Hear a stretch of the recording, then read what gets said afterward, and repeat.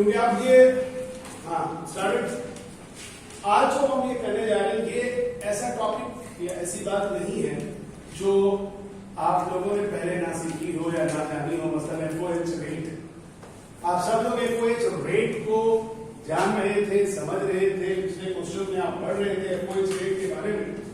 बस जो मेन चीज इस सवाल में है कि अब मैं आपके पास एक प्रॉपर और सारे जिस तरीके से एफओएच का रेट निकाला जाता है वो आपको सिखाने जा रहा हूं। पहली बात आप लोग ये अच्छी तरह पहले समझ लीजिए, क्योंकि कुछ लोगों ने, अब चूंकि आप में से मुख्तलिफ लोगों ने मुख्तलिफ वक्तों में मुझे ज्वाइन किया है, कभी बात होती है आपने से कुछ लोग सुन पाते हैं, कुछ नहीं होते हैं तो नहीं सुन पाते हैं। इसलिए मैं एक बात को रिपीट कर दूं कि पहले आपको एक बात जहन में होनी चाहिए कि आखिर हमें ये एफओएच रेट को कैलकुलेट करने की जरूरत ही क्यों पेश आती है, यानी हम एफओएच रेट निकालते ही क्यों हैं, जो हम बात पढ़ने जा रहे हैं इस काम को क्यों करते हैं। तो मैं बहुत सादा लफ्जों में समझाने की कोशिश करता हूं और बहुत सादी में बताता हूं कि देखो, आप जब शुरू करते हैं इस चैप्टर को तो इस चैप्टर में आपको यही समझाया जाता है, इस चैप्टर को क्या, जब कॉस्ट को शुरू किया जाता है तो बुनियादी तौर पे, और ये इस तरह से जहन में रखना कि एक चीज बता दूं कि मैंने जो लॉकडाउन के दौरान शुरू में पढ़ाया था वो सारी वीडियोस मैंने कोशिश करके कोचिंग से ले ली है। मेरी कोशिश ये होगी अगले स्टेप में कि दरअसल उसको सॉर्ट कर लूं, क्योंकि पता है तुम्हें पढ़ने के बाद सॉर्टिंग बड़ा मुश्किल काम है, उसको बैठ के देखना पड़ेगा, कम से कम भी 3-4 घंटे का ये काम है कि मैं सारी वीडियोस को मतलब पूरा ना देखूं, मगर फिर भी 2-4 क्षण देखने के बाद मैं उनको सॉर्ट करूं कि पहले नंबर की, दूसरे नंबर की, तीसरे नंबर की। तो मैं आपको सीजीएम के चैप्टर की शुरू की वीडियोस अपलोड द्वारा यूट्यूब पे कर दूंगा। तो वो तमाम लोग जिन्होंने अगर मेरी पहली क्लास नहीं ली, प्रॉपर एक होती है ना जैसे पहले दिन कॉस्ट अकाउंटिंग शुरू हो रही है, वो नहीं ली है, तो वो क्लास आप लोग वीडियो पे जरूर देख लीजिए, क्योंकि उसमें मैंने जब क्लासेस किए हैं तो उसमें शुरू के दिन से, द वेरी फर्स्ट डे से स्टार्ट हो रही है कॉस्ट अकाउंटिंग, तो वहां क्या है। अब उस वक्त जब मैं फर्स्ट डे पढ़ाता हूं, यानी कोई ज्यादा ही कर रहा है, तो उसमें इसके उसका BGA cable cable BGA cable का मसला तो क्या होगा, पता नहीं, ऐसा नाम जो आया वो भी खत्म हो जाए। नहीं सर, इस साइड से खराब है, नहीं यहीं से खराब है, कुछ थोड़ा सा काम चला जाए। बेसिकली होता ही है, एक जगह रुक जाए तो इधर देते हैं उधर देते। जब भी पढ़ाना शुरू करते हैं ना तो हम कहते हैं कॉस्ट अकाउंटिंग में जब हम पर्पस बयान करते हैं तो हमने कहते यही है कि यार हमारा बेसिक पर्पस कॉस्ट अकाउंटिंग पढ़ाने का या पढ़ाने का क्या है कि हम मैन्युफैक्चर होने वाले प्रोडक्ट की क्या निकालना चाहते हैं, टोटल कॉस्ट निकालना चाहते हैं। This is our basic purpose. फिर हम कहते हैं कि कॉस्ट बुनियादी तौर पे किसी भी चीज में लगती है तो 3 तरह की लगती है। एक लगती है मटेरियल की, दूसरी लगती है लेबर की, और तीसरी लगती है जिस जगह इन दोनों को इकट्ठा किया जाता है। कुछ ये बात इकोनॉमिक्स से मिलती है, वहां पढ़ते थे लैंड लेबर के बारे में आप और कैपिटल के बारे में। इसी तरह यहां पर अगर बात हो रही है तो ये कहा जा रहा है कि एक मटेरियल लगेगा, दूसरी कौन सी चीज लगेगी, लेबर लगेगी, और तीसरा कौन सा खर्चा होगा, जिस जगह ये तीनों, अभी एफओएच का नाम नहीं लेते हम, क्योंकि पहली क्लास में ना हमें नहीं मालूम एफओएच क्या होता है, नहीं समझा सकते कि एफओएच क्या, तो हम कहते हैं तीसरी चीज क्या होती है, जहां पर इस जगह पे जिस जगह पर इन दोनों चीजों को इकट्ठा किया जाए। क्योंकि मटेरियल को कन्वर्ट करना है, जिसपे किसने काम करना है, लेबर ने काम करना है, तो लेबर को औजार भी चाहिए, बिजली भी चाहिए, ये भी चाहिए, तो भी तो जाके क्या कर सकता है, कन्वर्ट कर सकता है, वरना कभी नहीं कर सकता। तो ये बात होती है कि ये 3 तरह की कॉस्ट है। फिर हम अगले स्टेप में बोलते हैं कि इन 3 कॉस्ट को हम 2 हिस्सों में डिवाइड करें। एक वो कॉस्ट जो डायरेक्ट कॉस्ट है, और एक वो कॉस्ट जिसको हम क्या नाम देते हैं, इनडायरेक्ट कॉस्ट का नाम। डायरेक्ट कॉस्ट वो कॉस्ट होती है जो मटेरियल में डायरेक्ट ट्रेस हो सके। अब बच्चों को समझाने के लिए मैं हमेशा मिसाल देता हूं, क्योंकि सामने व्हाइट बोर्ड होता है, तो हमेशा मिसाल देता हूं कि व्हाइट बोर्ड की कॉस्ट में डायरेक्ट कॉस्ट कौन सी होगी, तो आपको नजर आता है फार्मिका नजर आता है, आप कहते हैं हाँ जी फार्मिका डायरेक्ट कॉस्ट। लेकिन सही मानों में यूं समझो कि वो तमाम, सबने थोड़ा बहुत पढ़ लिया है कॉस्ट ऑफ बटे, वो तमाम कॉस्ट जो कॉस्ट सही तौर पर कैलकुलेट की जा सके किसी भी प्रोडक्ट में कि इसमें इतनी ये चीज लगी है, वो चीज क्या कहलाती है? Direct cost. अगर मेरी बात थोड़ी सी वो हुई तो समझिए लोग, एक शर्ट में लगने वाला कपड़ा क्या है? Direct cost. एक सलवार कमीज के जोड़े में जो आप जाके टेलर को देकर आते हैं, जैसे हम देकर आते हैं 7 साढ़े 7 मीटर का कपड़ा देकर आते हैं उसको, वो 7 साढ़े 7 मीटर का जो कपड़ा है वो मेरे सलवार कमीज की क्या है? मटेरियल है, डायरेक्ट कॉस्ट। लेकिन उस कपड़े के ऊपर वो धागा लगाता है, वो बटन लगाता है, वो बुकरम लगाता है, और कौन सी चीजें लगाता है, एक्सेसरीज लगाता है, वो सारी चीजें क्या है? बंच वगैरह। फिर उसको काम करने के लिए वो एक लेबर रखता है और वो सीता है, तो वो लेबर जो दर्जी का वो मेहनताना पे करता है, वो क्या है?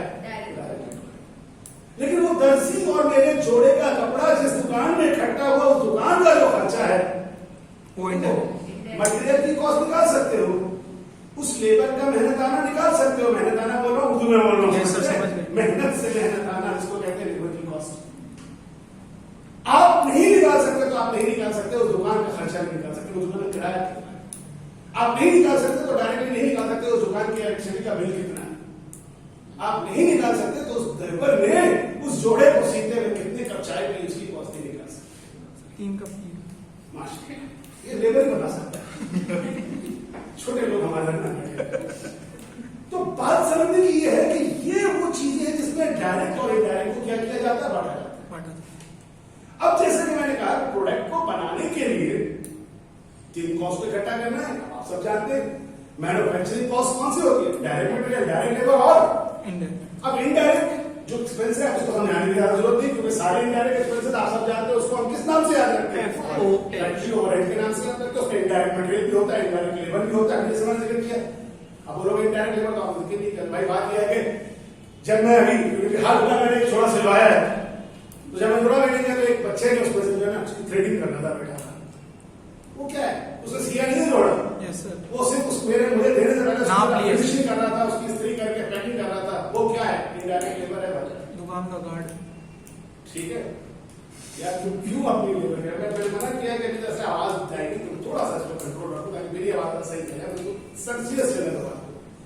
तो मकसद अब आपको समझ में आ जाना चाहिए कि डायरेक्ट कॉस्ट हमेशा प्रोडक्ट को देखकर निकाली जा सकती है। मतलब अगर वो जोड़ा जो मैंने सिलवाया उसको किसी आपके थोड़ा सी नॉलेज तो आप बता सकते हो कि कपड़ा कितने का है। अब ये मत बोलेगा कि मुझे नहीं आता भाई, आपको कौन बोल रहा है? आपसे मुराद जो है वो शब्द उस फील्ड का है, शायद मैं भी ना बता सकूं क्योंकि मुझे भी गिफ्ट में मिला था, लेकिन जिसने गिफ्ट दिया होगा वो तो बता देगा कितने का था।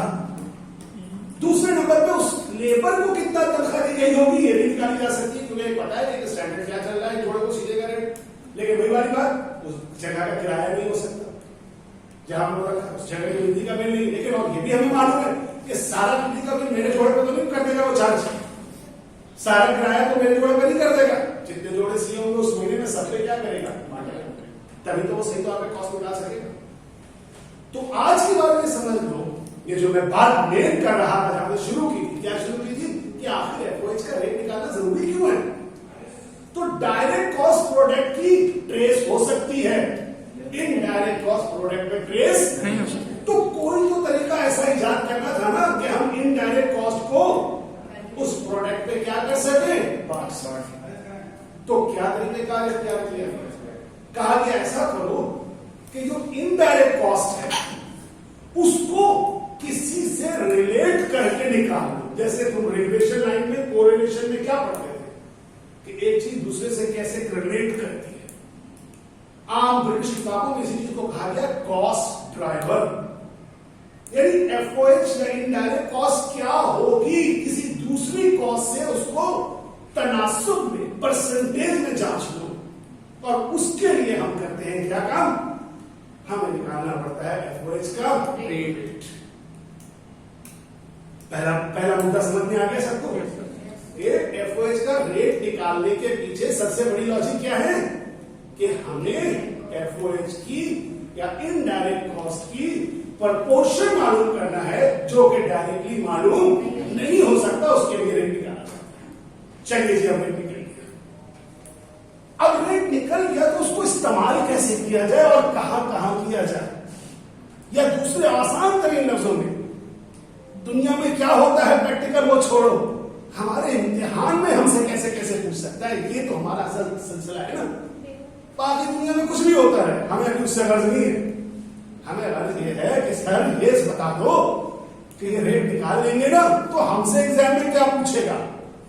तो उस बात को मैंने कवर किया है इस सवाल के अंदर, जो पहले शुरू होता है यहां से FOH रेट से शुरू होता है, जो इतना डार्क हो गया है। अल्लाह के वास्ते सही हो जाए भाई, थोड़ा सा बेहतर कर ले। क्लास बहुत मजेदार सी है लेकिन खराब हो जाएगी। नजर आ रहा तुम लोगों को? भाई जो कैमरे में देखेगा उन लोगों को देखो, ये चैप्टर उतार के देख लीजिएगा, आप समझ में आ जाएगा। इस बार मैं बहुत नामसाइज हालत में क्या कर रहा हूं। तो मैं पहला पॉइंट क्या बोल रहा हूं कि मैं अब आपको इस बात पे ले जा रहा हूं कि आज के बाद जो बीकॉम में सवाल आने वाले हैं आपके सामने, उसके लिए आपसे किस किस तरीके से FOH रेट कैलकुलेट करवाएगा, वो सारे तरीके आपके सामने लाके एक साथ रख दिए जाते हैं। चलूं आगे, पहली पे है सारे डब्बे पे। अब पहली बात यही आपको देखिए कि मैंने आपको यहाँ पे डिफाइन किया, वो मैंने डेटा काश बोल दिया क्योंकि वो तो है नहीं। आपको यहाँ मैंने डिफाइन किया determination of factory overhead rate आप प्री डिटरमिनेंट, और प्री डिटरमिनेंट का मतलब पता है क्या कि नॉर्मली ये रेट हमेशा पहले मालूम कर लिया जाता है।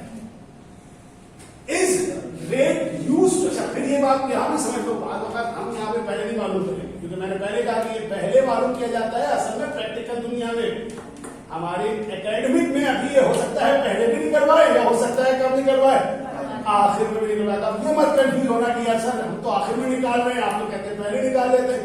तो भाई एकेडमिक और प्रैक्टिकल का फर्क समझो, क्योंकि हम उस दुनिया में नहीं बैठे जहां पर हमारे पास डाटा का अंबार है, हमें उसी डाटा को इस्तेमाल करना है। तो इसलिए हम अक्सर निकालेंगे कब, आखिर में, लेकिन तय है कि निकलता कब है, शुरू में निकलता है। ठीक है, तो predetermined overhead rate is used to apply manufacturing overhead to estimate the value of work in process.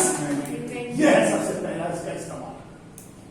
यदि FOH रेट जब निकालने जाओगे ना, अभी निकालोगे, सीखोगे, तो उसका सबसे पहला इस्तेमाल किस पर है मालूम है? वर्क इन प्रोसेस की इन्वेंट्री। अच्छा, वर्क इन प्रोसेस की इन्वेंट्री कैसे अभी आगे आती है तो डिफाइन करता हूं। At the end of the period, और फिर दूसरा प्रोडक्ट की क्या निकालने में, टोटल कॉस्ट इन। ये है वो दो पॉइंट जो मैंने बोर्ड किए, ये है दो पॉइंट जो तुमको सीखने जरूरी है। ये आते हैं तुम्हारे बीकॉम के, या नॉर्मली बीकॉम के मास्टर्स के क्वेश्चन में दिए जाते हैं कि FOH रेट के दो एप्लीकेशन मेन है। कौन से दो एप्लीकेशन? वर्क इन प्रोसेस की क्या निकालना, एंडिंग। जहां कोई सवाल आ जाए जिसमें क्या चीज ना नजर आ रही हो, वर्क इन प्रोसेस एंडिंग नहीं है, क्वेश्चन मार्क लगा हुआ है, तुम्हारी खोपड़ी में फौरन आना चाहिए। अच्छा, इसमें जिस चीज के जरिए पहुंचना होगा वो होगा FOH रेट। दूसरा कोई ऐसा सवाल आ जाए, और ऐसे सवाल हमने जॉब ऑर्डर में किए कि प्रोडक्ट की टोटल कॉस्ट निकालनी थी, मटेरियल दे दिया था, लेबर दे दिया था, मगर FOH नहीं था, तो वहां पे भी रेट का इस्तेमाल होगा। क्या निकालने के लिए? FOH। कि पहले FOH निकले, फिर तीनों को क्या कर ले, प्लस कर ले, कहां पहुंच जाए, तो फिर वापस आते तो फिर पहले हम निकालना सीखते क्या, FOH। अब आज की बात समझिए, इसका एक सवाल है, अमूमन जब भी होगा आपको भी होगा। अब चूंकि ये प्री डिटरमाइंड होता है, इसलिए क्या लिखा हुआ हो सकता है, बजटेड फैक्ट्री ओवरहेड। लेकिन हमारे यहां हम पार्ट 1 में, हम अभी पार्ट 2 में हम कर रहे होंगे, कोई जरूरी नहीं है बजटेड हो, कभी बजटेड होगा, कभी एस्टिमेटेड होगा, कभी एक्चुअल होगा, कुछ भी होगा, जो हमें मालूम होगा वही हमारे लिए काम का होगा, वरना बेकार। सही बात। क्यों? क्योंकि बजटेड हमें शुरू में होता है, लेकिन मैं कह रहा हूं कि यहाँ बात होगा आखिर में कैलकुलेट होगा, तो वहां पे तो बजटेड नहीं होगा ना, तो खर्चा हो गया, तो फिर कौन सा होगा आखिर का। लेकिन हमें उठाना है कौन सी चीज, टोटल। अब फर्स्ट को इसका टोटल कितना है, 1,50,000। फिर क्या मौजूद है, लेबर की कॉस्ट, फिर एक में क्या है, मटेरियल की कॉस्ट, फिर क्या है, और फिर क्या है। आपसे क्या कहा, कंप्यूटर क्या करो, अब उसने कहा कि भाई अलग अलग बेसिस पे करते हैं। अब यही कंपनी अगर चाहती है कि वो अपने किसको करे, लेबर की कॉस्ट को देखो फॉर्मूले में क्या चीज आ गई। अगर तुम ये फॉर्मूला याद नोट करो, थोड़ा सा इसको मैं इधर कर दूं। पहला वाला केस ये है कि इसमें आपने ऊपर में रखना है क्या, फैक्ट्री ओवरहेड, नीचे क्या रखना है, डायरेक्ट लेबर कॉस्ट। अब ये पहली लाइन में फैक्ट्री ओवरहेड था और दूसरी लाइन में क्या था, डायरेक्ट लेबर कॉस्ट। ये रखा, डिवाइड किया 75%। दूसरे वाले में कॉस्ट किस पर, on the basis of direct, ऊपर क्या रखा, फैक्ट्री ओवरहेड, नीचे क्या रखा, अब यार ये सही करेगा, मटेरियल कॉस्ट होगा, क्योंकि सब जगह मैंने ये लिख दिया शायद होना दिया है। यहाँ पर जो है डायरेक्ट लेबर कॉस्ट नहीं होना चाहिए, इस जगह पे आप लोग जब नोट उतारिएगा तो ऑब्वियसली सेकंड वाले में क्या होना चाहिए, इस जगह पर होना चाहिए मटेरियल कॉस्ट। ठीक है बेटा, तो ये होना चाहिए। अब आप देख सकते हैं कि मटेरियल की कॉस्ट यहाँ पे थर्ड वाले की 3 लाख, 1.5 लाख डिवाइड बाई 3 लाख, कितना आ गया, ठीक। तीसरे वाले में क्या है, ऑन द बेसिस ऑफ क्या है, प्राइम कॉस्ट है। तो क्या होना चाहिए यहाँ पे, सिलेक्टेड फैक्ट्री ओवरहेड के नीचे ये क्यों लिख लूं, क्या होना चाहिए, होना चाहिए जनाब आपके direct material plus direct labour cost. अब यार ठीक है, मटेरियल का हो गया है, कोई बात नहीं यार, कोई मसला नहीं, कोई मसला नहीं। तुम्हारे लिए कोई मसला ही नहीं, बस चुप रहे, बस ये मसला है। अब सही है मटेरियल, यस सर, अब सही है। तो डायरेक्ट मटेरियल और डायरेक्ट की स्पेलिंग गलत है, प्लस कर देंगे तो क्या चीज आ जाएगी, तो फैक्ट्री ओवरहेड डिवाइडेड बाय ये दोनों, तो आप देख सकते हैं ये 2 लाख और ये कितना था, 3 लाख था, मिला के कितना आ गया, 5 लाख आ गया। इस सर पे हाथ रख के देना, शुद्ध होने की जरूरत नहीं है। तो ये 1.5 लाख से 5 लाख को डिवाइड किया, कितना आ गया, तो पहला ऑप्शन में रखे, किसको बेस करके हो सकता है, दूसरा किसको लेके हो सकता है, और तीसरा किसको लेके हो सकता है, ठीक। इसी के बाद 2 और है, इसमें क्या हो सकता है, लेबर आर, इसमें क्या हो सकता है, मशीन आर। तो जो लेबर आर और मशीन आवर डिवाइड होते जाएंगे, आपके पास नहीं क्या निकल आएगा, नहीं निकल आएगा। तो बेसिकली ये 5 तरीके हो सकते हैं अमूमन में जो मिलते हैं। इसके अलावा भी कोई 2-4 निकाले जा सकते हैं तरीके, लेकिन मेन यही है 5 जिन पर हमेशा एफओएच का रेट निकालना होगा। कुछ बोलना चाह रहे हैं आप इस बारे में? कुछ नहीं, जैसे आप याद कीजिए डेप्रिसिएशन में पढ़ती थी वर्किंग आवर मेथड, ये उसी तरह का आर है, बस एक जगह पे डायरेक्ट लेबर आ रहा है और यहाँ पे क्या है, मशीन आर। यानी ये एफओएच का रेट है, मैं दिखाता हूँ ना, समझो इसमें परसेंटेज पे नहीं बताते। इसमें दरअसल परसेंटेज क्यों है, क्योंकि ये भी कॉस्ट है, ये भी कॉस्ट है, ये भी कॉस्ट है, रुपीज वैल्यू, ये भी रुपीज वैल्यू, ये भी रुपीज वैल्यू है, ये भी, तो ये परसेंटेज में आया। लेकिन इसमें क्या है, ऊपर पे रुपीज है लेकिन नीचे क्या है, आर्स है, लेबर को। फिर समझना वजह क्या है, अलग अलग तरीके की वजह क्या है, समझना। आपको कोई सवाल पूछना था, असल समझ के पूछिए कि सर ये अलग अलग तरीका क्यों निकाला, इतने तरीके से क्यों किया, तो बेजहन नशीन कर दो। इनडायरेक्ट कॉस्ट जो इनकर्ड हो रही है, वो इनकर्ड हो रही है प्रोडक्शन की वजह से, मानते हो। प्रोडक्शन जो हो रही है वो दरअसल किस वजह से हो रही है, मसलन फर्ज करो कि एक ऐसी कंपनी है जहां पे शू मैन्युफैक्चरिंग होती है, वो जो शू मैन्युफैक्चरिंग है, वो जूता जो है, मोची है, जो भी कारीगर है वो हाथों से सीता है। अब सोचो जरा, वो जब हाथों से सीता है तो वो जिस जगह बैठा है उसके ऊपर एक बल्ब और एक पंखा जल रहा है, तो लेबर जितने घंटे काम कर रहा होगा उतने घंटे उसके सर पे बल्ब और पंखा चल रहा होगा। तो वहां पर आप बेहतर है कि कौन से वाले को इस्तेमाल करें, डायरेक्ट लेबर इस्तेमाल करें। क्यों? क्योंकि आपका जो बिजली का बिल आएगा वो बेहतर कौन सा है, उस घंटे जितने घंटे वो काम करेगा। लेकिन अगर वही चीज जरा सा चेंज करो कि मशीन ऑपरेटेड एक कंपनी है, सारा काम किस पर हो रहा है, मशीन पर। अब पेप्सी और कोको कोला आप सब पीते हैं, क्या ख्याल है आपका, अच्छा, आप नहीं पीते हैं? Yes sir. ठीक मरिंडा। ये चीज वही पीते हैं। बताना जो चाह रहा था वो बात खराब हो जाएगी कि अगर आप पेप्सीज और मरिंडा नहीं भी पीते तब भी आपको कम से कम पता तो होगा कि दुनिया में ये पीने की चीज है। आप नहीं ना उसको बायो आमला की तरह सर में तो नहीं करते।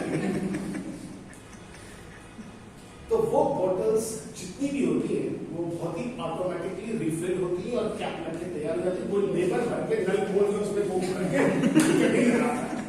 बोरिंग होती है। इतनी तो बात आपको पता हो, बताना चाहिए। वहां पर जो कंपनी है वो अगर इनडायरेक्ट एक्सपेंस की तरफ जाएगी ना तो वो लेबर आवर इस्तेमाल नहीं करेगी।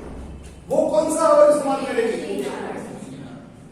तो इस वजह से हर कंपनी के प्रोडक्शन के नेचर की वजह से क्या होता है कि हर कंपनी अपने अपने हिसाब से एक रेट चूज करती है। क्यों? क्योंकि उसकी प्रोडक्शन की वजह से दूसरी कॉस्ट इनकर्ड हो रही है। दूसरी कौन सी कॉस्ट? Indirect cost. अब मटेरियल कॉस्ट कौन इस्तेमाल करता होगा आपके साथ?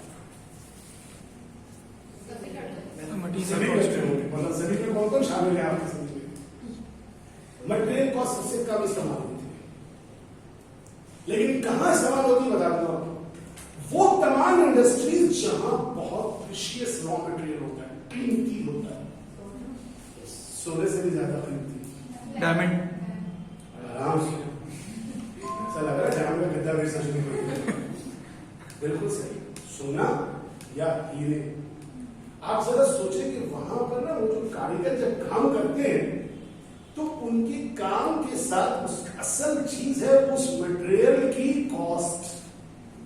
उसको जब कारीगर, अभी आप लोग का इत्तेफाक नहीं हुआ होगा कोई ज्वेलरी शॉप जाके कोई इस तरह की ज्वेलरी खरीदने का, अनटिल अनलेस कि आपके घर में कोई शादी या इस तरह की कोई तकलीफ नहीं हो, तो आपको बता दिया कि जब कोई सेट या ज्वेलरी का खरीदा जाता है तो उसकी एक कॉस्ट जो होती है, उसकी एक जो वजन बताते हैं ना ज्वेलर्स, फर्ज कर लो कि वो वजन बता रहे हैं, मिसाल दे रहा हूं कि फर्ज करो इसमें 200 ग्राम है, तो 200 ग्राम एक्चुअल में नहीं होगा।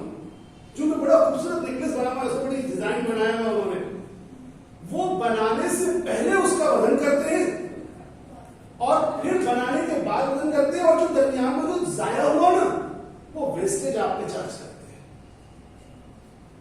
यानी अगर वो 200 ग्राम था बनाने से पहले और बनाने के बाद 170 रह गया, तो 25 ग्राम क्या हो गया? वेस्ट हो गया। क्यों? क्योंकि उन्होंने खुद उसमें से क्या कर दिया, उसमें डिजाइन बनाने के लिए उसमें सोना निकाल दिया।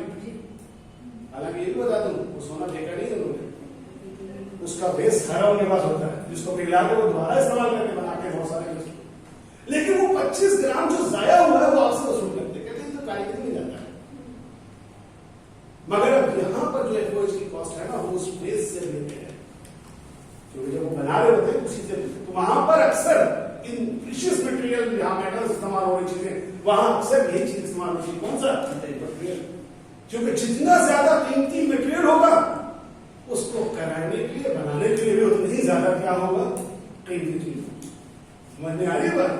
डायमंड कभी भी जमीन से इतना चमकता हुआ नहीं निकलता है, कोयले में उसको लाकर तराशा जाए, और उसको तराशने के लिए सोचो, डायमंड वो चीज है, जो चीज किसी से नहीं कटती ना वो डायमंड से कटती है।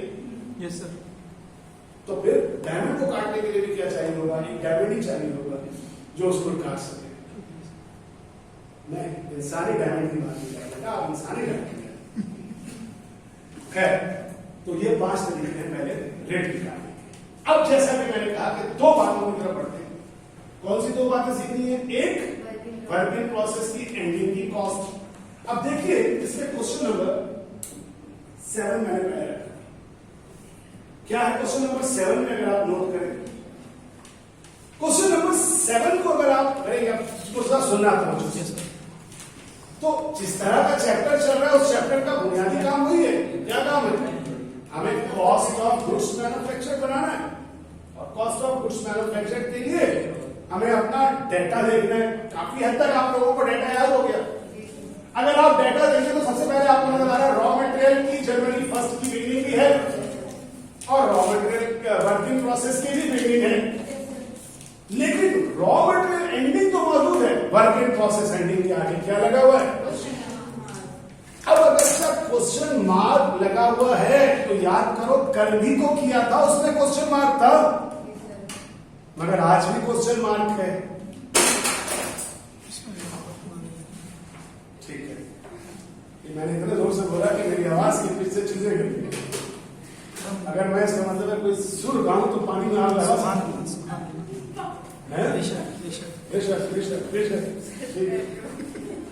तो बात यह है कि इस वक्त भी आप कैसे पहचानोगे कि ये सवाल में जब वर्किंग प्रोसेस नहीं है तो इस तरह करना है, और कल वाले सवाल में भी वर्किंग प्रोसेस नहीं था तो उस तरह करना है, कैसे पता चलेगा? तो सीधी सी बात यह है कि सवाल को थोड़ा सा आगे चलोगे, लेकिन एक बात यह कि अक्सर वो सवाल जो पिछले कल किए थे उसमें बहुत सारी चीजें मिसिंग थी। इसमें आप देख रहे हैं कि बाकी सब मौजूद है, सिर्फ क्या गायब है? Working process. तो जो FOH वाला सवाल होगा उस क्वेश्चन में बाकी चीजें मिसिंग नहीं होंगी। क्या मिसिंग होगा? उसमें मिसिंग होगा वर्किंग प्रोसेस है। उससे पहले भी एक सवाल याद करवाया था, वो वाला जिसमें सब में एंडिंग मिसिंग थी, रॉ मटेरियल की भी एंडिंग मिसिंग, फिनिश गुड की भी मिसिंग। तो बहरहाल उसमें क्या था? रिवर्स कैलकुलेशन थी, और कल वाला तो भरपूर रिवर्स कैलकुलेशन का सवाल था जो हमने जिसमें डब्बे वाला सवाल किया है। अब यहां पे अगर देखा जाए तो यहां पे सिर्फ एक चीज गायब नजर आ रही है, और क्या? और आप देखो परचेज है, फ्रेट है, रॉ मटेरियल, लेबर, इनडायरेक्ट, सारी चीजें जो जो चाहिए वो सारी चीजें तकरीबन मौजूद है। और मजीद क्या कंफर्म होगा कि जब भी वर्किंग प्रोसेस था तो मैंने यही कहा था ना कि हमेशा 2-3 चीजें चाहिए होती हैं, 2 गिवन। ये देखिए यहां कह रहे थे factory foreman estimate 5510 of raw material and 4300 for direct labour have allocated to incomplete work in process at the. यानी जो वर्किंग प्रोसेस है, पहले तो एक बात क्लियर कर दो, वर्किंग प्रोसेस क्या है? वो माल जिसपे कुछ काम हो चुका है और कुछ काम बाकी है। जब कुछ काम हो चुका है और कुछ काम बाकी है तो कुछ मटेरियल लग चुका है, कुछ लेबर लग चुकी है, और जब मटेरियल और लेबर लग चुकी है तो कुछ भी होगी ना। तो कह रहा है जो बचा हुआ माल है ना उसमें मटेरियल इतना लग चुका है, लेबर इतनी लग चुकी है, FOH कितनी लग चुकी है हमें नहीं पता, क्योंकि जब तक तीनों नहीं मिलेगी हमें नहीं मालूम हो सकेगी ये वाली।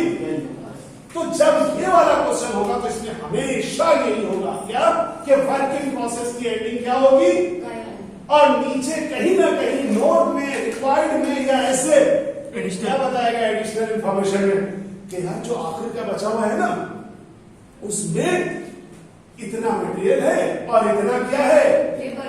लेकिन तीसरी चीज ही पता होगी, उसको पहचानना ऐसे कि हमेशा एक चीज लिखा होगा at the end of the और इनकम्प्लीट वर्किंग प्रोसेस, या और ये प्रैक्टिकल भी यही होता है। देखो एक बात सोचो, बेंच पे बैठे हुए आप लोग, एक फैक्ट्री में ये बेंच तैयार हो गई, 100 बेंच पे काम शुरू हुआ, ठीक, 80 बेंच तैयार हो गई, फिनिश हो गई, फैक्ट्री से बाहर निकाल कर रख दी। कॉस्ट बताओ, कैसे बताओ? कॉस्ट ऑफ गुड्स मैन्युफैक्चर्ड कैसे पता चलेगी? सबसे पहले अभी मैं खुद ही जवाब कुछ सवाल, ये जो सवाल है ये सवाल नहीं, ये सवाल मैं सिर्फ जवाब के लिए सवाल, ठीक है, ताकि फिर भी बोलोगे तो फिर बात निकल जाएगी। आपको कैसे निकालना? 80 तैयार होकर बाहर गए, याद रहे 20 नहीं है मौजूद। अब आपने कैसे निकालना है? सबसे पहले तो आप मालूम कीजिए टोटल मटेरियल कितना आया। अब टोटल मटेरियल जो बाहर से आया होगा इस फैक्ट्री के अंदर वो पूरे 100 का होगा, है? फिर लेबर को कितना पेमेंट की, वो भी 100 की होगी, मटेरियल भी आ गई और लेबर भी आ गई। अब उस दौरान आपको FOH का पता भी चल गया कि भाई इतना खर्चा हुआ है, FOH का तीनों कॉस्ट होगी, मगर अब वो जो टोटल कॉस्ट लगी है वो 100 पे लगी है, मगर तैयार कितने हुए? तो हमारे पास एक ही तरीका है कि पहले हम क्या करें, 80 की कीमत निकालने के लिए पहले जो 20 बचे हुए हैं ना इनकी कीमत निकाल लें। तो जो फैक्ट्री का फॉरमैन कौन है? फॉरमैन बेसिकली एक हायर रैंक ऑफिसर होता है जो खुद काम नहीं करता, लोगों से मजदूरों से काम मांगता है, उसी को फॉरमैन, सुपरिटेंडेंट इस तरह के नाम से बोला है। वो बेसिकली अब क्या करेगा कि जो 20 यहाँ पे बचे हुए हैं ना वो एक एक डेस्क का मुआयना करेगा फिजिकली और उस पर लिखेगा इस पर इतना मटेरियल लगा हुआ है। ये वही बात बता रहा हूं जो मैंने शुरू में बताया कि एक जोड़ा देखकर एक आदमी बता सकता है कि इस पर इतना कपड़ा लगा और इस जोड़े पर इतने की लेबर लगी होगी। उसी तरह वो फॉरमैन बता सकता है कि ये आधा डेस्क तैयार हुआ ना, इस पे इतने की मटेरियल लगी और इतने काम के लिए इतने घंटे लेबर ने इस पर क्या किया होगा, काम किया होगा। इस तरह वो मटेरियल और लेबर की कॉस्ट को यहां पर इकट्ठा करके तुम्हें क्या कर देगा, पता नहीं। लेकिन कौन सी कॉस्ट वहां से नहीं मालूम कर सकता है, तो फिर उसके लिए सहारा लिया जाएगा किसका।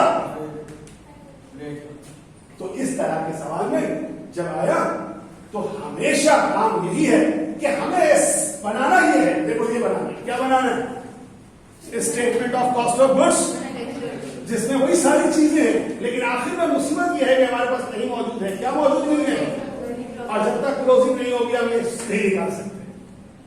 तो पहला काम क्या करना है, सवाल पढ़ो।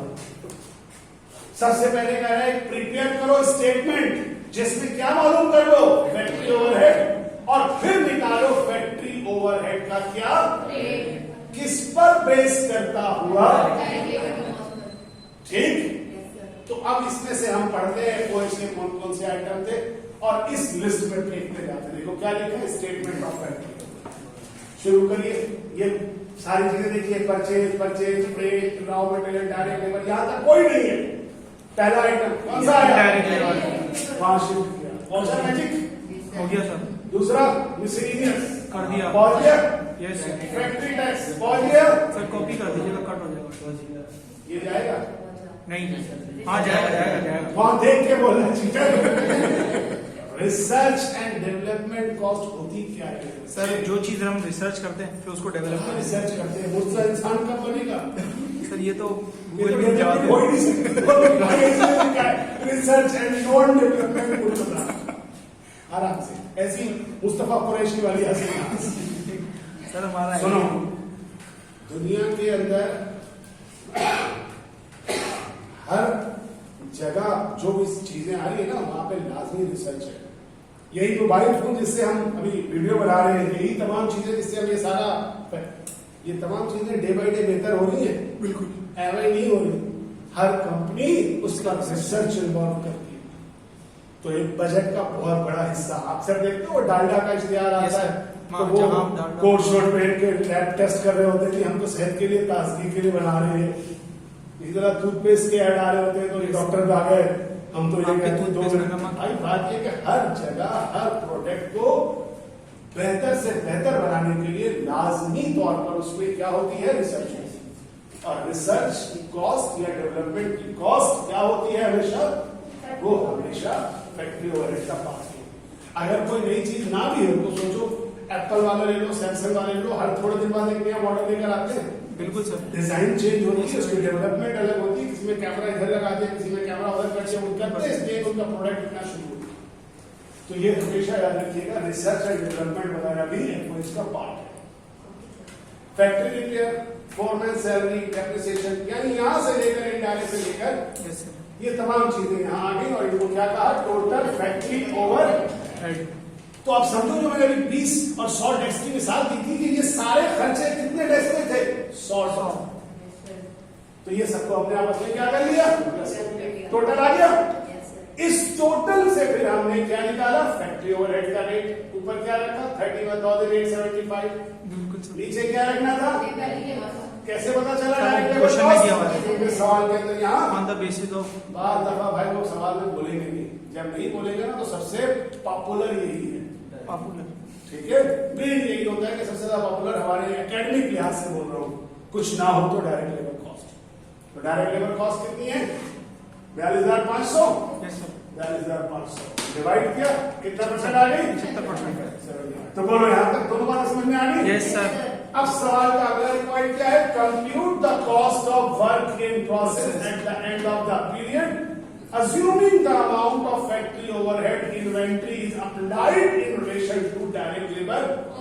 क्या मतलब वो इस शेर का, सर बोल रहे हैं कि कम, यानी अगर सादा लफ्जों में बोल रहे हैं तो चुप रहे, वो ये बोल रहा है कि भाई वर्क इन प्रोसेस की एंडिंग इन्वेंटरी निकालो। यस सर, लेकिन वो क्या है, आपको मजीद वजाहत करना है कह रहा है देखो जब बेटा मेरे प्यारे जब निकालने जाओ ना तो ये समझ लेना कि जो मटेरियल है और जो लेबर है तो तीसरी कौन सी चाहिए। तो एफओएच असल में ना लेबर से रिलेट करता है और वो अभी हम निकाल के बैठे हैं कि एफओएच लेबर का हमेशा कितना फीसद होता है। तो ये वाला मटेरियल कितना था, ये देखो लिखा मैंने, लेबर कितना था 4000, तो फैक्ट्री ओवरहेड कितना होगा, तो क्या चीज आ गई मेरे पास, लोग समझ में आई कहानी। यानी आप फर्क से ये है कि जो मैं पीछे प्री डिटरमिन लिख कर आया था, ये प्री डिटरमिन तो नहीं है ना, लेकिन है भी, एंडिंग निकालने से पहले तो डिटरमिन किया ना, तो इस लिहाज से कह सकती हो प्री डिटरमिन, वरना होता ही है कि शुरू में निकलता है। तो बहरहाल इस वक्त आप, और ये बात तय है यार, बार बार नहीं निकाला जाता है, ये साल में एक दफा निकाल लिया जाता है, उसके बाद रखा जाता है। जी कोई सवाल? पार्ट 2 नहीं समझ, सॉरी पार्ट 2 नहीं समझ आया, वही तो समझाया या अल्लाह समझ दे मुझे। Compute the cost of work in process ending, तो एंडिंग कैसे निकालेंगे, ये वाली एंडिंग निकालेंगे, डायरेक्ट लेबर को डायरेक्ट, यहां पे उसमें से डायरेक्ट मटेरियल बता दिया, डायरेक्ट लेबर बता दिया, तीसरी कौन सी कॉस्ट इसमें शामिल करनी है। यानी अभी मैंने मिसाल दी थी ना कि 80 टैक्स लेयरों के बाहर रखी हुई थी, 20 यहां थी, तो 20 के ऊपर उसने हिसाब लगाया, किसने, फैक्ट्री फॉरमैन ने, कि इस पर इतना मटेरियल लग गया, इतना क्या लग गया, कॉस्ट लेबर लग गई, तो दो कॉस्ट मालूम हो गई। लेकिन इसकी कॉस्ट निकालने के लिए तीसरी कॉस्ट चाहिए, किसकी, एफओएच की, कहां से मालूम होगी, तो हमें पता है कि जितना रेट निकाला उसके 75, 4300 का 75, तो उसी के ऊपर डायरेक्ट लेबर के ऊपर लगा। अब देखो समझना है सवाल, आपके सब सुन रहे, सवाल ये हो सकता है कि मुझे पूछे कि सर ये भी डायरेक्ट लेबर है, ये भी एफओएच है, और ये भी डायरेक्ट लेबर था, और ये भी एफओएच था, इन दोनों में क्या फर्क है।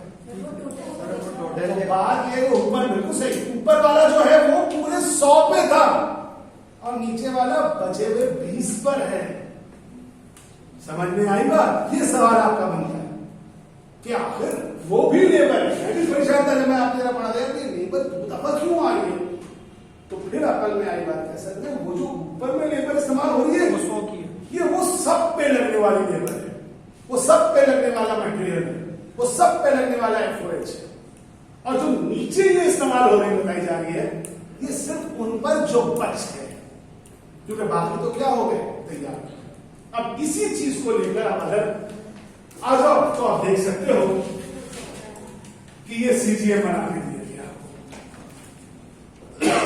कोई नई बात नहीं, इसलिए मुझे उसको समझाने की ऐसी कोई जरूरत नहीं है, क्योंकि सारा प्रोसेस आया वो किसका आया कि आपने सब कुछ वही ओपनिंग लिखा, परचेज लिखा, freightage, loss purchase, return, net purchase, closing क्या आ गया, अवेलेबल आ गया, देख लो वही डायरेक्ट लेबर आया, वही ओवरहेड आया, टोटल मैन्युफैक्चरिंग कॉस्ट आई, ओपनिंग प्लस किया, कॉस्ट ऑफ वर्किंग कॉस्ट आ गया, ये नहीं मौजूद था क्लोजिंग, इसके लिए ये सारा अमल परफॉर्म करना पड़ा, और निकाल लिया क्या, कॉस्ट ऑफ गुड्स मैन्युफैक्चर। अब यहाँ मैंने एक बात लिख दी थी कि जब हमने यहाँ फैक्ट्री ओवरहेड को सिंगल लाइन में लिख दिया, हालांकि ये पहले तो मैंने कहा कि no need to mention FOH in detail, क्यों, क्योंकि आप पहले ही उसको यहाँ पर क्या कर चुके हैं, दिखा चुके हैं, तो डोंट वेस्ट योर टाइम, आप इसको एक लाइन में दिखा सकते हैं। Yes sir.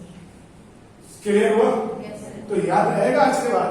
जी सर। यानी आज के बाद ये बात याद रहेगी कि वर्किंग प्रोसेस एंडिंग भी निकाली जा सकती है किसकी मदद से, एफओएच की मदद से। ये दो क्वेश्चन है जो इससे रिलेटेड है, 2006 प्राइवेट और 2005 प्राइवेट, ये भी दिखाता हूं आपको, लेकिन अभी आप करते करेंगे ये सवाल यहाँ पे, इसके ज्यादा नहीं होगा।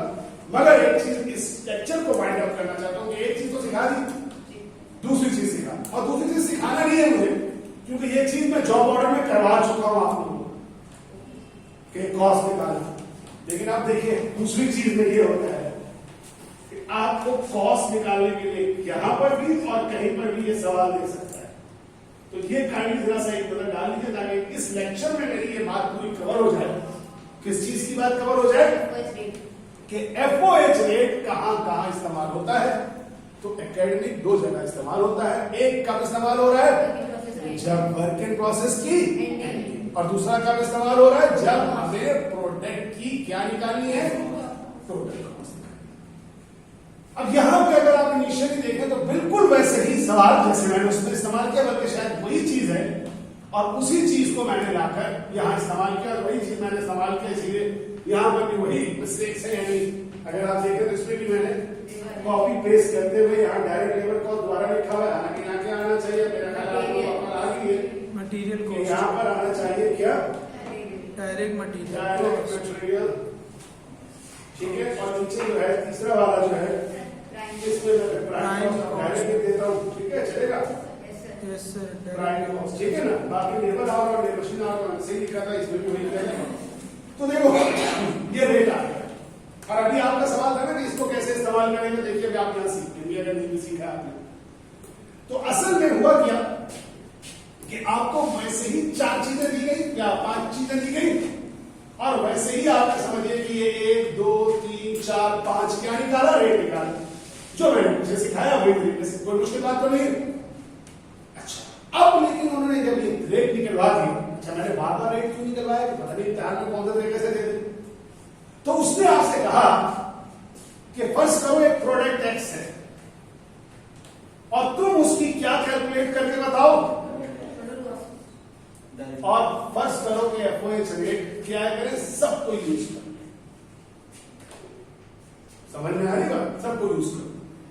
एक दफा किसको लेकर? इसको लेकर ये वाला रेट लेकर, दूसरी दफा किसको लेकर? ये वाला रेट लेकर, तीसरी दफा ये वाला रेट लेकर, चौथी दफा ये, पांचवा वाला। अब 2 चीजें नोट कर लो क्योंकि मैं आपके उधर जाऊंगा तो ये मिल जाएगी। मटेरियल की कॉस्ट कितनी है? 50,000। और लेबर की कॉस्ट कितनी है? अब ये तो नहीं पूछोगे कि सर यहाँ पे मटेरियल की कॉस्ट जो है कुछ और है, यहाँ मटेरियल की कॉस्ट कुछ और है, क्या फर्क है? वो ओवरऑल प्रोडक्शन पर है, और ये खास एक प्रोडक्ट एक्स के ऊपर लगने वाली। यस, ये बात तो अब क्लियर होगी ना। ये है साल के शुरू की भी हो सकती है, बजट बनाया पूरे साल, और ये है क्या? जो एक पर्टिकुलर चीज बनी उसकी कॉस्ट निकालना है। तो 50 60 और लेबर आवर कितना है? 2,500 और मशीन आवर कितना है? 30,000। ये जरा सब आप लोगों ने याद रख लेना है ताकि इसको हम, और देखिए आखिर में एक और बात क्या है। हाँ अच्छा, पहले चलो वो बात है, पहले हम कॉस्ट निकालना सीखते हैं। ये पूरा शेड्यूल आपके सामने है। अब कोई जरूरी नहीं है कि एक पूरा शेड्यूल इतने ही कॉलम का हो, अगर एक हो तो एक ही कॉलम से काम हो जाएगा। आप देख सकते हैं कि मैंने ये पहली दफा लेबर कॉस्ट, फिर मटेरियल कॉस्ट, फिर प्राइम कॉस्ट, फिर डायरेक्ट लेबर और फिर हर दफा मेरा मकसद क्या है निकालना? नहीं, हर दफा मेरा मकसद है प्रोडक्ट एक्स की टोटल, और एक दफा किसको इस्तेमाल करके? लेबर की कॉस्ट से एफओएच निकालूंगा, दूसरी दफा इससे, तीसरी दफा इससे है। और आप देखें ये दोनों चीजें तो फिर हर सवाल में हर केस में सेम रहेंगी। तो मैंने आपको मटेरियल पूरा लिख दिया हर कॉलम में, लेबर हर कॉलम में लिख दिया, कोई प्रॉब्लम? क्या होगा साहब, कहां से बात छूट गई है? ऊपर 50,000 50,000 60,000 60,000 अभी मैं वहां से दिखा क्या था कि यार तुमको इस प्रोडक्ट की कॉस्ट निकालनी है, ठीक है। तो इस प्रोडक्ट में मटेरियल कितना लगा है? 50,000, लेबर कितनी लगी है? 60,000, तीसरी कॉस्ट कौन सी है? एफओएच। तो चाहे इनमें से कोई भी इस तरीके का इस्तेमाल करें, हर जगह पर मटेरियल की कॉस्ट यही रहेगी, लेबर की कॉस्ट यही रहेगी। एफओएच हर में क्या होगा? डिफरेंट होगा। क्यों? क्योंकि हम आप अगर यूं समझ लो ना, ऐसे समझ लो कि तुम पहली दफा एक काम कर रहे हो और तुम जानना चाहते हो कि तुम किसको इस्तेमाल करो। ठीक है, अब बात समझ में आ रही? तो तुम पहले हर तरीके से कॉस्ट निकालो, ठीक है आपको? तो 5 तरीके से तुमने अपने सामने कहा कि अगर मैं पहले ट्रेडिशनल तरीका इख्तियार करता हूं, लेबर की कॉस्ट, तो मटेरियल कितना लगा? 50। और ये कितना लगा? अच्छा, तो हम लेबर की ओवरहेड कितना होगा? तो हमारा रेट कितना था अगर इसमें देखो तो? किसका 120% था? तो 60,000 है लेबर, उसका कितना परसेंट ले लिया? कितना आ जाएगा? अब जरा प्लस कर लो इन तीनों को, कितना होगा? यानी जैसे कि तुम ट्रेडिशनल आदमी हो, रिवायती आदमी हो, तो तुम्हारी फैक्ट्री में कौन सी कॉस्ट इस्तेमाल हुआ? डायरेक्ट लेबर कॉस्ट, और तुमने उस प्रोडक्ट एक्स की कॉस्ट निकाली कितनी 1,82,000। एग्रीड? अब आपके बराबर में हारिस बैठा है, जबरदस्त आदमी है माशाल्लाह। माशाल्लाह से, आप सर अच्छा है। शुक्रिया सर भाई। हारिस की तरफ से शुक्रिया अदा किया। उसने जो कीमती काम करता है वो कम कम बोलता है, वक्त पे बोलता है, बेबाक नहीं बोलता। उसने बोला भाई हम कैसे करते हैं, मटेरियल की कॉस्ट वाला रेट इस्तेमाल करते हैं। उसने वही कॉस्ट ली मटेरियल की, लेबर की। अब एफओएस निकालने के लिए उसने लेबर को नहीं सहारा बनाया, मटेरियल के रेट को इस्तेमाल किया। कितना था मटेरियल का रेट? तो मटेरियल कितना था 50,000 का 150%। अब ये समझ लेना, हर दफा जाके लेबर पे मत अप्लाई कर देना। लेबर की कॉस्ट पर, लेबर वाले कॉस्ट में रेट जो था 120, वो लेबर 60,000 पे अप्लाई होगा। मटेरियल पे 150, 50,000 पर। अब समझा, है? अब समझा। सही है, हर दफा उसके हिसाब से चलेगा ना यार। बना तो अगर आप मटेरियल की रेट को लेबर के रेट पर अप्लाई कर देंगे तो कोई स्ट्रेस बनता है उसका, सेंसलेस चीज आएगी, उसका कोई फायदा नहीं। तीसरा कौन सा था? Prime cost. तो प्राइम कॉस्ट में कितना रेट था? 60। किस पर अप्लाई होगा? तो क्या किया, देखो दोनों को प्लस कर लिया और 67% निकाला। कितना है? 73,333। ये टोटल इसके हिसाब से मेरी मटेरियल के लेबर के कॉस्ट में ये आया, मटेरियल के कॉस्ट में ये आया, प्राइम। अब मशीनार में क्या रेट था? तो अब जरा ख्याल रखिए 28,000 बाद दिया हुआ था, तो 28,000 को किससे मल्टीप्लाई किया? 3 से। कितना आया? ये वाला आखिरी कौन सा है? मशीनार मान दिए हुए थे कि सब दिया हुआ है, दोनों चीजें मान ली हुई थी। 30,000 into 2। तो अब देखो इसमें कितना आया? 182। इसमें कितना आया? 185। इसमें कितना आया? ये और ये। अब आप इसमें से जो आखिरी यानी तीनों तरीके, पांचों तरीका पहले बताइए, समझ में आई है नहीं? तो पहला तरीका सिखाया कि वर्किंग प्रोसेस एंडिंग में रेट इस्तेमाल हुआ, और दूसरा बता दिया कि यार ऐसा सवाल। अब याद रखना कोई जरूरी नहीं, कितना बड़ा सवाल है, पांचों नहीं होंगे, कोई भी 2 हो सकते हैं, कोई भी 3 हो सकते हैं। इस तरह का अगर तुम लोग रिकॉल करो तो याद करो कि मैंने जब जॉब ऑर्डर पढ़ा रहा था, आई बिलीव कि जॉब ऑर्डर मेरे पास मौजूद है,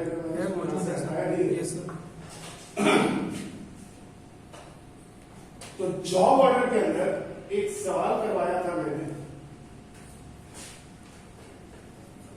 आखिर में 9, 10 वैसे इसलिए बता रहा हूँ इससे रिलेशनशिप में समझ पाओगे तो।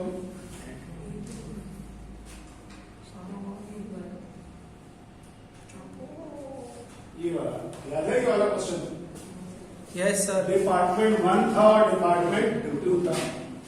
लिखा हुआ था कि डिपार्टमेंट 1 यूज करता है एफओएस के लिए मशीन और 2 यूज करता है, और फिर हमने डिपार्टमेंट 1 का रेट निकाला था और डिपार्टमेंट 2 का रेट निकाला था। दोनों का जब हमने रेट कैलकुलेट कर लिया था तो उसके बाद उसने हमसे कहा था कि अच्छा ऐसा करो कि इस प्रोडक्ट जॉब नंबर 58 में लगने वाली का कॉस्ट, इसकी टोटल कॉस्ट बताओ।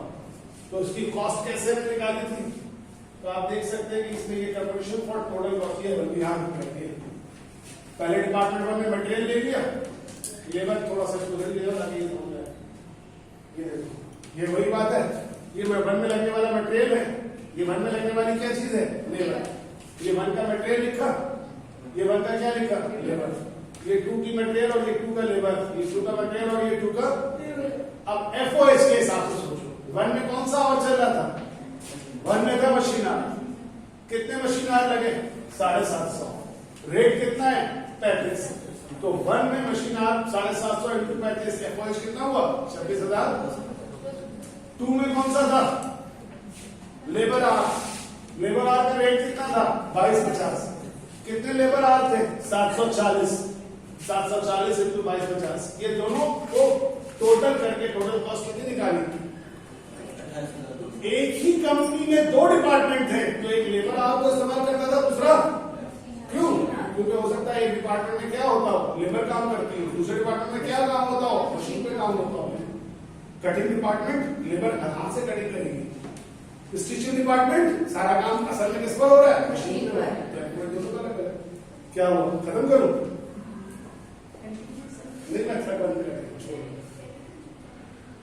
अच्छा, तो अब यहाँ पर भी यदि मैं कैमरा ऑफ कर दूं फिर इसको बना रहा अब यहाँ पे भी यही है कि टोटल कॉस्ट निकाला। अब सवाल का ये आखिरी हिस्सा कि आप मुझे सिर्फ इतना बताइए, इसके मैं खत्म कर दूंगा, बहुत बोर होने लगता हूँ। नहीं sir, how can you analyze which allocation basis is most suitable to this company? कौन से बेसिस सबसे अच्छा है, आप कैसे बता सकते हैं? देख के जरा दोबारा देखिए और बताइए आपके पास कोई राय है कि which one is best? Sir आर क्यों? डायरेक्ट लेबर आर 194 टोटल कॉस्ट आ रही है।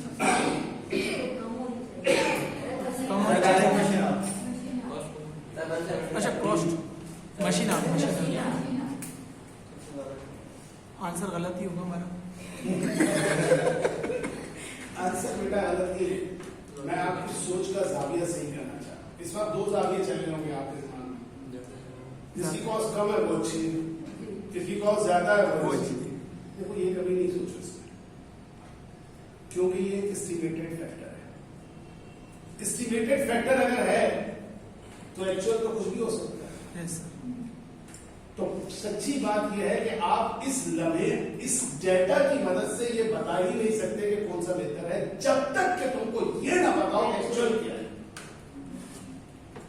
अरे मेरी बात समझ रहे, क्योंकि अगर आप इस वक्त एस्टिमेट कर लेते हैं कि ये अच्छा है 170, तो आप फर्ज करो इसकी सेलिंग कॉस्ट रख देते हो सिर्फ 3 लाख, तो आप समझते हैं 30,000 का प्रॉफिट मिल रहा है, लेकिन बाद में एक्चुअल एफओएस ज्यादा आ गया। अब इस बात को सोचने के लिए सोचो, ओवर अप्लाइड और अंडर अप्लाइड होता था। इसी सवाल में जो जॉब ऑर्डर का एक क्वेश्चन था, अगर तुम इसी सवाल को देखो तो इसी सवाल के नीचे अगले हिस्से में आपसे कैलकुलेट करवाया गया था ओवर और अंडर क्या होता था कि जितना एक्चुअल एफओएस था वो और अप्लाइड का फर्क आपके ख्याल में क्या अच्छा होगा, ओवर अप्लाइड या अंडर अप्लाइड? अंडर अप्लाइड कुछ अच्छा नहीं ना, ओवर होना अच्छा है ना अंडर। भाई अकल से काम लो, असोली सोचो जरा सा, तुम ओवर कर रहे हो क्या मतलब, तुमने कॉस्ट ज्यादा चार्ज कर दी। कॉस्ट ज्यादा अगर तुमने चार्ज कर दी मेरे भाई, तो तुम्हारी प्रोडक्ट की कॉस्ट बढ़ गई ना, बढ़ गई तो तुम मार्केट में कम्पीट कैसे करोगे, क्योंकि तुम तो सेलिंग प्राइस ज्यादा दोगे। आगे मेरी बात समझ में भाई, ये मार्केट कंपटीशन की है। पाकिस्तान क्यों नहीं कर पा रहा था बाहर लोगों से कम्पीट? बिजली आपकी महंगी थी। आज आप लोग चाइना का नाम सुनते हैं, हर प्रोडक्ट में चाइना चाइना चाइना होता है। आपने कभी सोचा है चाइना क्यों दुनिया में छा गया? जब हम आपकी तरह पढ़ रहे थे तो हमने एक दो चीजें पढ़ते थे। आप लोग एक इकोनॉमिक्स का एक है आपके पास सब्जेक्ट, क्या नाम है, इकोनॉमिक्स डेवलपमेंट ऑफ पाकिस्तान, जो हम पढ़ते थे उसका नाम था इंडस्ट्रीज ऑफ पाकिस्तान। वो बेसिकली उसमें उसको पढ़ते वक्त एक सवाल होता था और बताया जाता, हमारे टीचर हम थे, सब पढ़ रहे थे, काफी मेहनत करते थे और मास्टर्स में जब पहुंचे उसके बाद भी कर रहे थे, तो पता चला उस जमाने में 90s के एंड में कि चाइना जो है पूरी दुनिया से सरिया खरीद रहा है। क्या मैंने इरादा किया घर का कुछ काम करवाने का, तो मालूम वाली सरिया की कॉस्ट आगे चली गई है। भाई क्यों भाई, मतलब पूरी दुनिया से चाइना इंपोर्ट कर रहा है 90s के अंदर, क्यों इंपोर्ट कर रहा है? मालूम ये हुआ कि चाइना उस जमाने में अपने मुल्क में छोटे छोटे डैम्स बनवा रहा था 90s और 2000 के आगे, और वो डैम्स बनवाने के लिए उसने पूरी दुनिया से सरिया खरीद के डैम बनाना शुरू किया था। वो डैम बना के उसने क्या किया होता है, उसने अपने इलेक्ट्रिसिटी की कॉस्ट सबसे सस्ती कर दी, क्योंकि दुनिया में सबसे सस्ती जो बिजली पैदा होती है वो पानी से पैदा होती है, जब डैम बनती है और उससे जो पानी। बिल्कुल सर। और उसने एक अनाउंसमेंट कर दी, क्या कि अगर कोई बाहर की कंपनी हमारे मुल्क में आती है और प्रोडक्शन करती है और उस तमाम प्रोडक्शन को बाहर एक्सपोर्ट कर देती है, तो हम उसको बिजली फ्री देंगे। जरा सोचिएगा, बिजली फ्री, कैन यू इमेजिन? क्या ऑफर मिला इससे मालूम? ये सैमसंग, ये एप्पल, ये सब ने जाके वहां कारखाने लगा दिया। एप्पल ने खास के अमेरिका के ब्रांड ने जाके कारखाना कहां लगाया, मैन्युफैक्चरिंग कहां शुरू हुई? चाइना में। और वो एप्पल जो वहां चाइना में बन रहा था वो चाइना में नहीं बिकता था, क्योंकि शर्त थी कि बाहर बेचो, तो सारे का सारा क्या कर देते थे, एक्सपोर्ट। लेकिन क्या क्या फायदा हासिल करते थे? बिजली फ्री। बिजली फ्री तो सोचो एक एप्पल की कॉस्ट को क्या पड़ती होगी। लेकिन थोड़ी देर के लिए ये भी तो सोच के बताओ चाइना को क्या फायदा हुआ? चाइना को फायदा हुआ कि उसने अपनी 1 अरब से ज्यादा आबादी को रोजगार दिया। जब एप्पल वाले आए होंगे तो हर आदमी अमेरिका से लेके नहीं आएंगे, लेबर कहां की होगी? चाइना की होगी। और उसी ने फिर चाइना को बूस्ट किया। और आज हम दुनिया में देखते हैं कि चाइना के प्रोडक्ट्स ही प्रोडक्ट। बिल्कुल सर। अब ये और बात है कि हम हंसते हैं चाइना में, चाइना का बहुत वजह यह है कि भाई वो चाइना का कसूर नहीं है, चाइना जैसा वो वैसा दिखता है। बेसिकली हम खराब है तो हम बोलते हैं सस्ते लोग हैं तो सस्ता माल है, तो वो चाइना नहीं देखता है। हमारे जो इंपोर्टर्स हैं वो जब चाइना जाते हैं तो देखते हैं ये वाली सर्विस स्टिक है, ये वाली कितनी की होगी? 2000 की होगी, छोड़ दे 750 वाली दे दे, 500 वाली दे दे, सस्ती वाली लेकर आते हैं माल। और फिर इसलिए हम चाइना को बदनाम करें, वरना दुनिया के नंबर 1 ब्रांड भी मान रहे होंगे। बहरहाल इसका मुख्तसर बात खत्म करते हैं तो क्या बात समझ में? कभी भी ओवर अप्लाइड होना या अंडर अप्लाइड होना दोनों ही अच्छा नहीं। क्या चीज होना चाहिए? जितना मिनिमम, यानी अगर तुमसे पूछा जाता है सवाल में, जो अभी हम सवाल हमारे हैंड है कि इसमें से कौन सा बेस्ट है, तो जवाब आपको पता है क्या होना चाहिए? होना चाहिए कि हम पहले कैलकुलेट करेंगे क्या और हम चेक करेंगे कि ओवर अप्लाइड है या, और हम देखेंगे कि जो सबसे लीस्ट डिफरेंस होगा जहां पे वो वाला पिक करेंगे मेथड, क्योंकि वो मेथड फिर हमें सबसे बेस्ट क्या दे रहा है, कॉस्ट दे रहा है, जिस पर हम बेस करके अपनी आगे सेलिंग प्राइस तय कर सकते हैं। अगर 170 को बेस बनाएंगे, सेलिंग प्राइस कम रखेंगे, तो मालूम हुआ असल कॉस्ट बाद में मालूम है कितने की है, तो प्रॉफिट क्या हो गया? खत्म हो गया। लेकिन अगर 194 को बेस बना के निकालते हैं और सेलिंग प्राइस 3 लाख से भी ऊपर रख देते हैं, हमारा कंपेटिटर सस्ती प्राइस देकर, कोटेशन देकर हमारे से बिजनेस ले गया, हमें ऑर्डर नहीं मिला, उनको ऑर्डर मिल गया, उन्होंने बनाना शुरू कर दिया। तो इसलिए ना ओवर अच्छा है ना। तो आज की बात यहाँ पे खत्म करते हैं। तो 2 चीजें सिखानी FOH के रेट की मदद से। एक क्या सिखाया आपको वाला सवाल, और दूसरा ये डायरेक्ट क्वेश्चन ऐसे मेरे पास कोई नहीं है, लेकिन ये हमेशा मौजूद है, कभी जॉब ऑर्डर में, कभी सीजीए में। जो प्रैक्टिस क्वेश्चन आपके पास है वो इससे बता दिया मैंने आपको। क्वेश्चन नंबर 7 का ये 2, इसके साथ ये कोई क्वेश्चन है तो करिए और कैमरे को खत्म करते हैं। अल्लाह हाफिज। ये 2 क्वेश्चन आपको बाय।